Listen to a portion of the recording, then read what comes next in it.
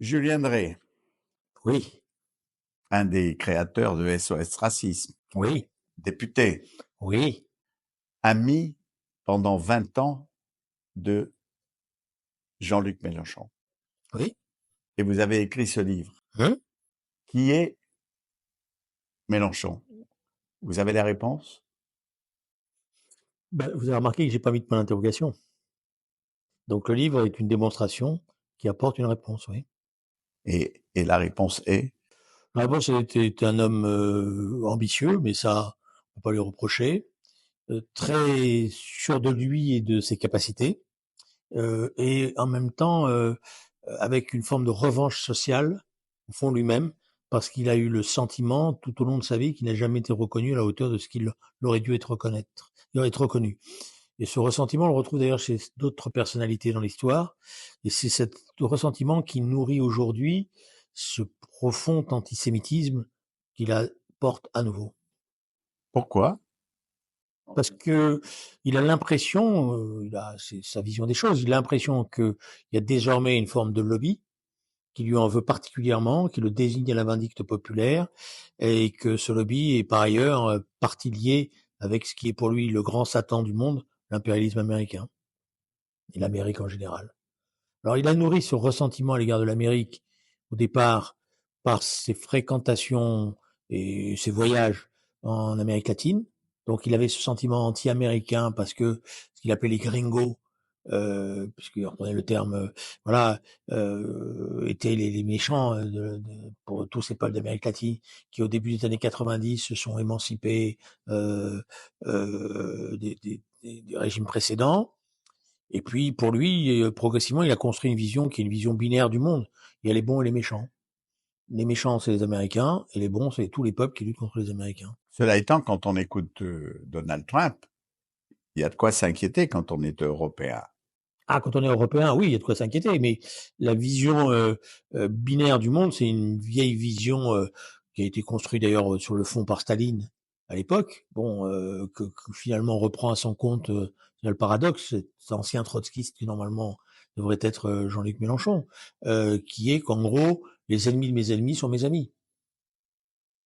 Donc à partir de là, on est peu regardant sur tous ceux que vous fréquentez. Voilà. Donc on s'éloigne de ce que devrait être, d'après moi, un trotskiste historique, c'est-à-dire de la défense d'un certain nombre de principes et de valeurs. Vous êtes encore trotskiste? Non, je suis pas trotskiste au sens où le trotskisme aujourd'hui, en plus avec à partir du moment où le stalinisme s'est écroulé, le trotskisme n'a plus de sens. Et puis bon, de toute manière, le trotskisme c'était un grand rêve d'un monde meilleur. Bon, voilà. Mais je suis trotskiste dans la lutte contre ce qu'a été le stalinisme, dans les persécutions qu'il a générées, dans le, dans le caractère diabolique de ce personnage et de ce régime. Et j'ai de la tendresse pour ce personnage qui a malgré tout résisté et été précurseur, quoi, plutôt un formidable analyste de l'évolution du monde. Voilà. Mélenchon. Non, Mélenchon rien. C'est Trotsky, je parle, moi. Non, mais il y a un passage dans votre livre qui est intéressant, qui en partie définit bien Mélenchon. Vous dites à un moment donné, Jean-Luc Mélenchon met du rythme. Il assume ses provocations et dans le spectaculaire marchand, il en sort vainqueur, comme Georges Marchais, Jean-Marie Le Pen, Silvio Berlusconi, Donald Trump. Tous les démagogues ont leur chance. La marchandise Mélenchon devient une marchandise porteuse de la société de spectacle. Il assure le show et donc les audiences. Il s'éclate. Je suis amené à me poser une question. Où sont ses convictions réelles? Oui, alors, le paradoxe étant qu'une partie de ce de ce que je décris là, il l'a appris à mes côtés. Parce que moi, quand je rencontre Jean-Luc Mélenchon, c'est un jeune sénateur, tout jeune sénateur de France, et il est terrorisé par le monde médiatique. Il déteste les médias, il déteste les journalistes, il en a peur. Dès qu'il y en a un qui s'approche, il passe des heures et des heures à essayer de savoir qui il est, qu'est-ce qu'il veut, etc. Puis il va me fréquenter, il va me regarder, il va m'observer. Moi, j'étais né dans ce monde médiatique, donc j'avais appris. Voilà, il le dit d'ailleurs, il dit, celui qui m'a tout appris, c'est Julien Drey, parce que lui, il regardait une pièce, il regardait la faille, il me disait, c'est par là qu'il faut passer. Voilà, donc vous trouverez des interviews, il dit ça. Donc il a pris confiance en lui, et maintenant c'est devenu Ouais, c'est un personnage du Bébé de Show. Bon, Mais il a du succès. ah bah oui, un personnage de Bébé de Show, ça a du succès. Si vous vous souvenez, le Bébé de Show, ça c'était beaucoup regardé, c'est des millions de téléspectateurs. Donc d'ailleurs, je le vois moi là à mes propres dépens parce que j'ai toute une série de chaînes de télévision publiques notamment et pas que publiques qui ne m'invitent pas et qui ne veulent pas me donner la parole parce que il a fait passer le message que ceux qui me recevraient, bah il en tirerait des conséquences et qu'il ne viendrait pas. Et que s'il vient pas, bah pour ces chaînes, c'est une perte d'audience. Donc elles lui tapent dessus, et elles lui voilà, mais elles savent qu'elles vont faire de l'audimat. Donc ça compte l'audimat puisque c'est l'argent derrière, hein. Son succès, c'est ça, c'est qu'il fait de l'audimat. Alors son succès, c'est qu'il fait aujourd'hui, c'est oui, bien que je suis pas sûr qu'il va en faire autant tout le temps, mais il fait de l'audimat, ça c'est sûr, hein, parce qu'il fait le show. Il fait le show, il fait la provocation. On a un système qui marche à la provocation. Pour beaucoup, surtout avec tous les réseaux sociaux, etc. À la provocation, il a tiré le leçon de tout ça, et donc il est dans la provocation permanente, il est dans la démonstration, il est dans un spectacle. Voilà. Et d'ailleurs, il est tellement dans un spectacle que dès qu'il est plus la vedette du spectacle, il est malheureux et il en déprime. Et là, en ce moment, vous le trouvez déprimé? Alors, il est pas déprimé, mais il va bientôt y rentrer, j'espère bien d'ailleurs. Même si j'ai du respect pour tous les êtres humains et pour qu'ils vivent le plus longtemps possible, etc. Mais j'espère qu'il va déprimer parce que j'espère bien lui porter des coups décisifs pour une raison simple, c'est que je pense qu'il représente un danger pour notre pays et pour la démocratie.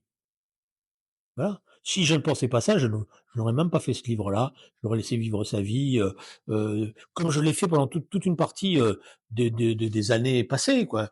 Je le voyais de temps en temps, on polémiquait, on discutait, on demandait des nouvelles. Mais il a franchi, et notamment depuis le 7 octobre, une étape pour moi décisive. Bon, il a assumé des choses qui m'ont terrorisé au sens où je n'avais pas imaginé une seule seconde qu'il serait capable d'aller jusque-là, dans son dans la manière décomplexée dont il assume un certain nombre de choses, de manière publique. Et puis, aujourd'hui, quel est son schéma? Son schéma, c'est que il se voit toujours un destin. Bon, mais ça permet de vivre longtemps, et qu'il pense que ce destin bon, va l'amener, je sais pas où, certainement peut-être quelque part à la présidence de la République pour lui, au fond de lui-même. Bon, il le croit, hein. Faut pas penser qu'il n'est que dans le show. Il pense ça, quoi. Donc, il a un calendrier politique. Le Alors, il calendrier politique, c'est la présidence de la République. C'est la raison pour laquelle, là, il souhaite, en tout cas, il pense que le président Emmanuel Macron est acculé, qu'à un moment donné, il démissionnera. oui, son calendrier politique, plus que le présidentiel, c'est le chaos. Parce qu'il pense qu'il sera l'homme qui sortira du chaos.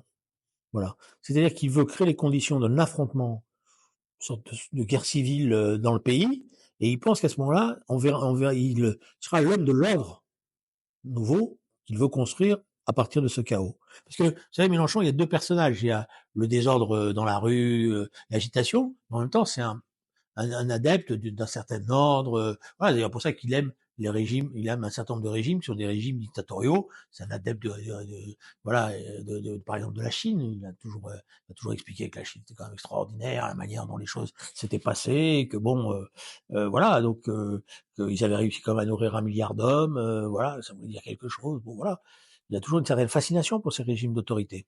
Mais c'est pour ça qu'il a choisi, il a un objectif précis. Alors l'objectif, oui, vous avez Il a raison. choisi son électorat. Oui, alors son objectif, il est du point de vue, je dirais, événement politique, calendrier, c'est d'essayer de pousser le plus vite possible à un affrontement présidentiel. Voilà.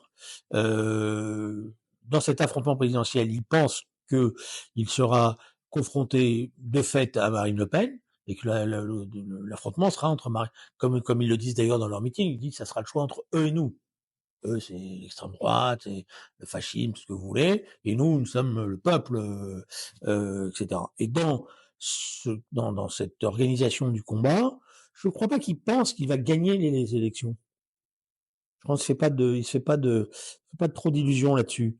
Je pense simplement qu'il pense que à partir du moment où la confrontation s'organise entre lui et elle, même s'il perd, il est d'un certain point de vue maître des événements qui suivent.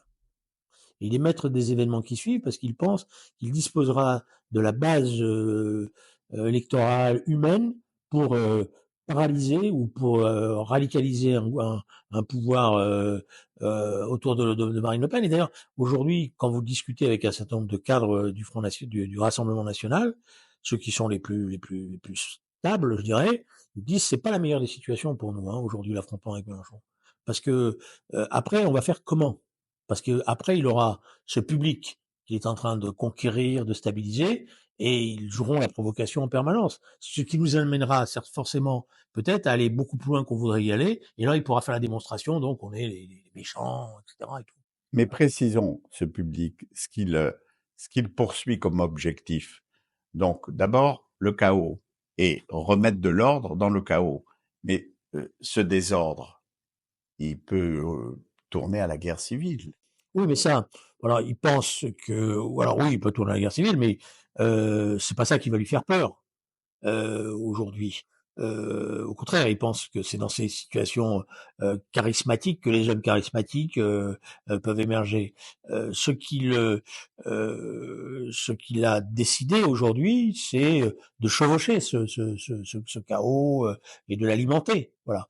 Et d'ailleurs, vous le voyez bien, la manière dont il a radicalisé à la fois son discours et ses troupes et le comportement de ses troupes, les manières, je dirais, moi qui suis un parlementaire honoraire, comme on dit, puisque j'ai fait 25 ans de mandat de député, moi je suis révolté parce que je vois l'Assemblée nationale.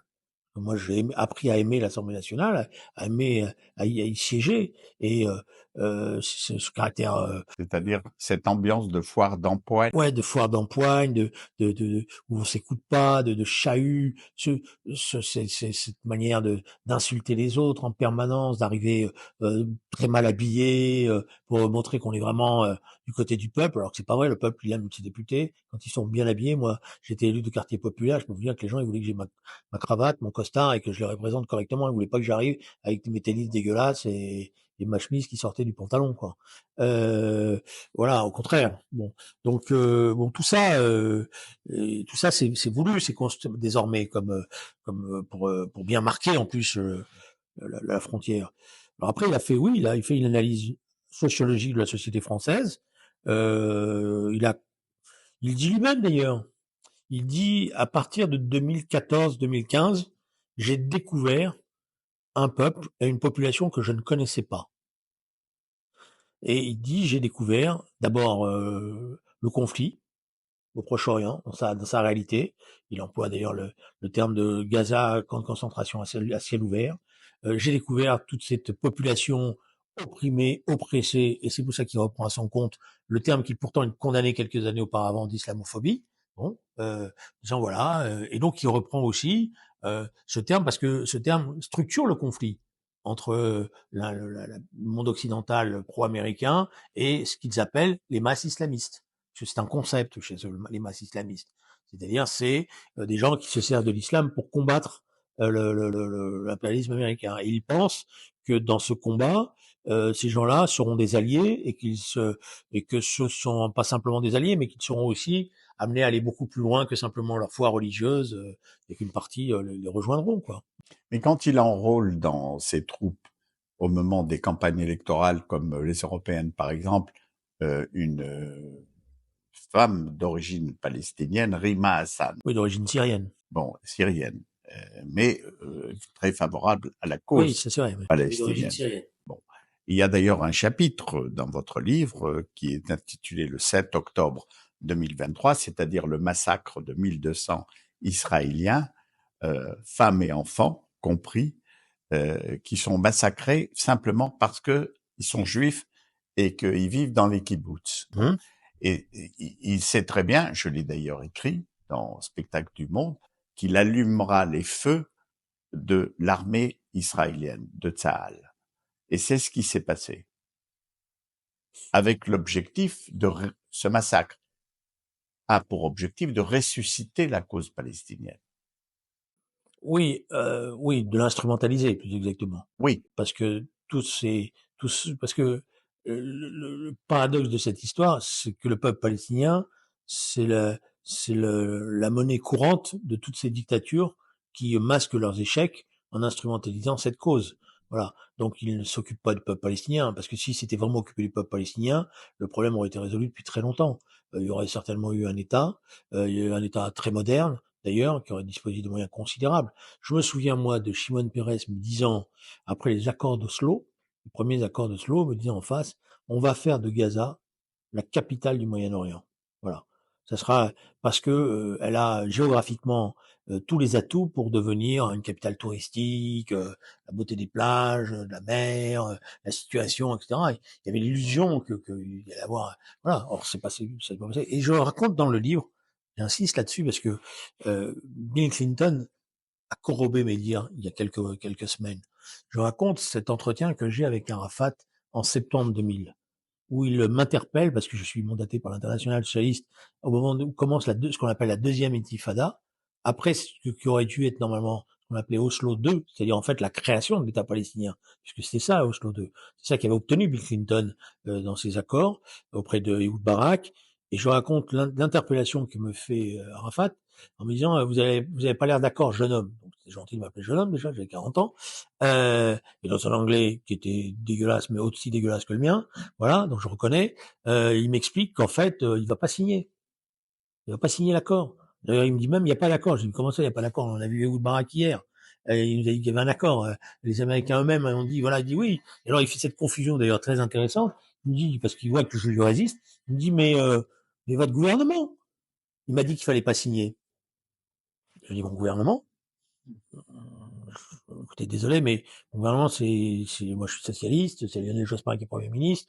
Franchement, je ne vois pas vous avoir dit. Bon, je ne vois pas quand c'est que vous l'avez dit. Puis si je suis là, c'est que, voilà. Il me dit, mais si, comment il s'appelle? Monsieur de Villepin.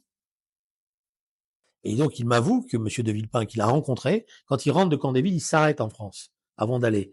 Et quand il s'arrête en France, il rencontre Jacques Chirac, qui est prudent, lui, dans l'interprétation de ce qui se passe. Mais il rencontre aussi longuement Monsieur de Villepin. Et dans l'entrevue avec Monsieur de Villepin lui dit, ne signe pas, tu auras beaucoup plus, parce que la France va, voilà, etc. Donc, il pousse. C'est pour ça que je souhaiterais vraiment qu'un jour, Monsieur de Villepin ait la décence d'accepter qu'un modeste parlementaire comme moi puisse débattre avec lui, parce que je voudrais qu'il me donne les éléments sur cette situation que je décris et que j'ai vérifié, pour que les choses soient claires. Donc je sais ce que je dis. Voilà. C'est pas simplement Arafat qui me l'a dit. J'en ai parlé avec, non pas Jacques Chirac, mais avec l'entourage de Jacques Chirac, qui me dit d'ailleurs que Jacques Chirac lui-même était très en colère de la manière dont M. de Villepin s'était engagé aussi précisément auprès de M. Arafat pour le pousser à ne pas signer les accords. C'est inconnu cet épisode-là. Alors, c'est pas inconnu parce que oui, c'était pas très connu. Je l'avais d'ailleurs raconté à l'époque à Jean-Luc Mélenchon, qui n'en avait pas tenu compte. Il me dit non, t'exagères, etc. Et j'avais proposé à François Hollande à l'époque, parce que j'étais à la direction du parti avec lui, de raconter tout ça. Et François Hollande m'avait dit, écoute, tu as raison, mais ça va faire une polémique telle dans le Bureau national que c'est pas la peine d'en parler. Voilà. Donc tout le monde avait fermé les yeux parce que Arafat c'était le grand leader. Dominique de Villepin, à l'époque, était... Secrétaire général de l'Élysée. Il travaillait donc à l'Élysée avec Jacques Chirac. Oui, il était secrétaire général de l'Élysée. Jacques Chirac n'était pas sur cette longueur d'onde. Non, c'est pour ça que je vous dis que par la suite, bon, alors je vous donne pas mes sources parce que comme on dit, les journalistes disent leurs sources, les hommes politiques aussi un peu, mais je suis certain de mes sources, quoi. Je veux dire, voilà, il y a eu une prise de bec parce que effectivement, Chirac a appris que De Villepin s'était beaucoup engagé auprès d'Arafat sur le fait qu'il fallait pas signer, etc. Et d'ailleurs, il y a eu des protestations des Ehud Barak auprès de Jacques Chirac en disant mais à quel juge la France étant à l'époque Premier ministre. Premier ministre. Et rappelons quand même, pour ceux qui l'ignorent encore, il y en a toujours, que Yasser Arafat était le chef de l'Organisation de libération de la Palestine, Oui, de c'est-à-dire l'OLP. coiffé quasiment toutes les organisations palestiniennes. Oui, c'était le chef de. Oui, voilà. Moi, d'ailleurs, quand je le rencontre, on est à Gaza, dans son palais. Au lendemain, ça va vous rappeler du premier lynchage des soldats israéliens et dont on retrouve le symbole dans ce qui s'est passé, c'est-à-dire les mains pleines de sang puisqu'ils avaient lynché des Miouïnes, des gardiens, des gardes frontières, et ils s'étaient mis aux fenêtres avec les mains pleines de sang. Voilà, comme symbole du lynchage, etc. Voilà, donc c'est le lendemain que j'ai rencontré. Ouais, donc l'ambiance était quand même pas très très chaude, si elle était très chaude, mais au mauvais sens du terme. Voilà, et j'en suis sorti. Après, on a eu une engueulade très forte dans la délégation, parce qu'il y avait le ministre norvégien des Affaires étrangères, qui avait négocié Oslo I, qui donc était de fait une sorte d'ami personnel de Yasser Arafat. Et il y avait le maire de Rome de l'époque, qui s'appelait Monsieur Veltroni, qui était par ailleurs patron du Parti socialiste italien. Il y avait le secrétaire général de l'Internationale socialiste, qui était un Chilien. Et après, on débrief. Et le Norvégien me dit, t'as provoqué Yasser Arafat, comment, le président Arafat, etc. J'ai été choqué, etc. Et moi, je dis, moi, ce que j'ai été choqué, c'est que tu t'es précipité dans ses bras, comme si t'es un ami, ce que je t'ai pas vu faire la veille avec les Iriens, et que t'as surtout rien dit quand il nous a expliqué qu'il n'avait pas signé l'accord. Voilà. Et donc, d'ailleurs, on n'a pas signé le même compte rendu. On s'est engueulé, moi, en bon français, j'ai dit, c'est toi, t'es qu'un Norvégien, donc tu vas pas me la faire. Alors, Mélenchon, vous l'avez rappelé tout à l'heure, à l'époque où vous étiez amis, liés, et Oui, oui, oui. profondément liés, disait, c'est Julien Drey qui m'a appris que de toute façon, il y avait toujours un moyen de passer Oui. et de toucher juste pour faire mal à l'adversaire. Bon, aujourd'hui, par quoi et par qui il faut passer pour stopper dans son dessein Jean-Luc Mélenchon? Alors, il faut le faire là où il pense qu'il est fort. Il pense qu'il est fort sur les idées. Il pense qu'il est plus fort que tout le monde sur les idées et sur les diatribes qu'il prononce autour de ses idées. Et il faut le prendre sur ses propres idées, lui montrer l'impasse politique dans laquelle il est, les dérives qu'il est en train d'assumer. Et donc c'est le débat. On ne sera pas plus malin que Mélenchon. Voilà. Ceux qui pensent qu'ils vont arriver à le par un coup de poker ou je sais pas quoi, À le déstabiliser. à le déstabiliser, on sera pas plus malin. Mélenchon, il va être combattu sur le fond de ce qu'il défend aujourd'hui, voilà, qui tourne le dos à l'esprit de la République, d'après moi, qui tourne le dos à la laïcité, et qui, de fait, tourne le dos aussi à une forme de démocratie républicaine. Mais c'est quand même une surprise pour vous, cette opposition à la cause israélienne avec qui se traduit par de l'antisémitisme actif.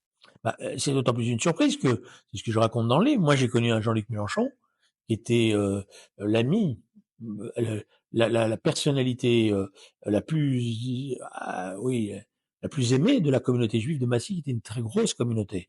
Je raconte que souvent le vendredi, on buvait un pot, ce qu'on appelait les petits éléphants de l'Essonne, quoi. Hein, c'est-à-dire voilà, on buvait un pot chez lui, quoi, dans son bureau à Massy, on faisait un peu le point sur ce qui s'était passé. Voilà, bon, c'était un petit peu monde de convivial et de détente. Et souvent, il nous disait, bon, vers 9h moins le quart, bon les gars, il faut que je me barre parce que moi, d'ailleurs, se foutez de nous, moi j'ai un Shabbat. Oui, parce qu'il faut rappeler que le vendredi soir, C'est le jour de c'est le Shabbat. jour de Shabbat. Et donc il était invité, voilà. Et d'ailleurs, vous voyez comme quoi l'histoire, la grande histoire et la petite histoire se mélangent. Pendant longtemps, Jean-Luc Mélenchon couvait de ses yeux ce fils qu'il a toujours rêvé d'avoir, qu'il n'a pas eu, mais ça c'est la vie, quoi. Voilà, c'était Jérôme Gage, et, et pour lui, c'était quasiment son fils spirituel. Et il couvait Jérôme parce que par ailleurs, le patron de la communauté juive de Massy, celui qui dirigeait les instances, était le père de Jérôme, c'est-à-dire Jean-Pierre Gage.